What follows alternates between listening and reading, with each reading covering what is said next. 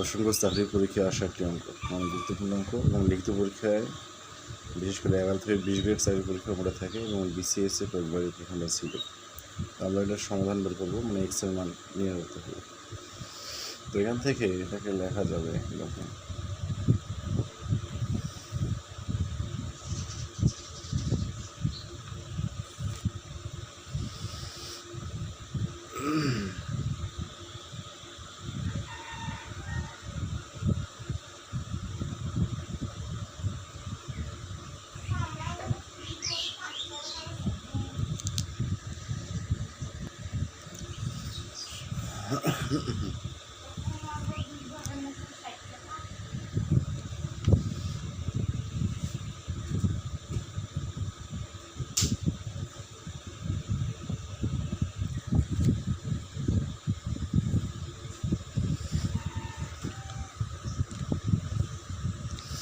তো এখানে ধরে নিলাম 2 equal পি।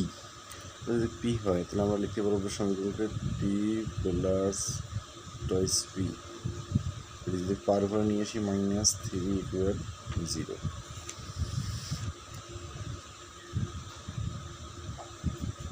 এটা হচ্ছে 2 ভাগ পি, 2 ভাগ পি, পি প্লাস 2 ভাগ পি -3 সমান 0। তো এটাকে আমরা যদি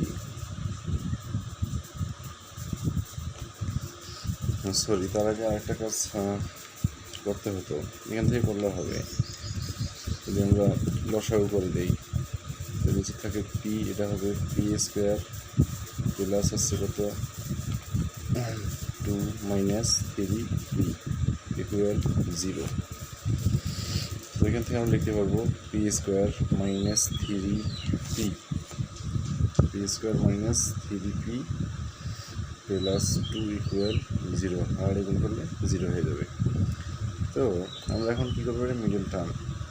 তো মিডল টার্ম যদি আমরা করি, তো পি স্কোয়ার -3 পি প্লাস 2 দেওয়া আছে, তো এটা গুণ করলে হয় 2 পি স্কোয়ার। তো এখানে এটা করলে হচ্ছে P square -2 P P plus 2। Middle term system করলাম, উৎপাদকের বিশ্লেষণ।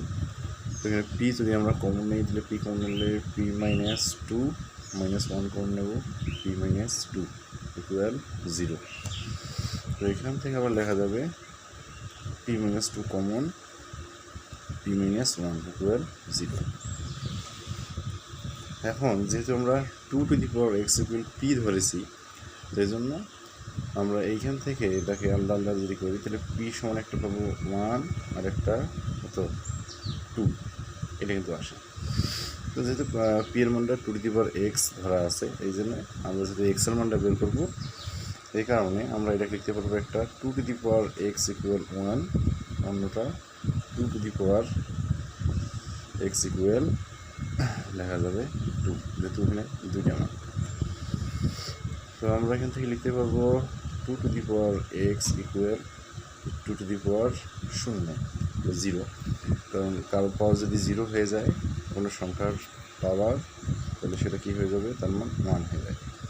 তো যেহেতু এখানে ভিত্তি আর ভিত্তি সমান, তাহলে পাওয়ারটা পাওয়ারের সমান, আমরা লিখতে পারবো x ইকুয়াল 0।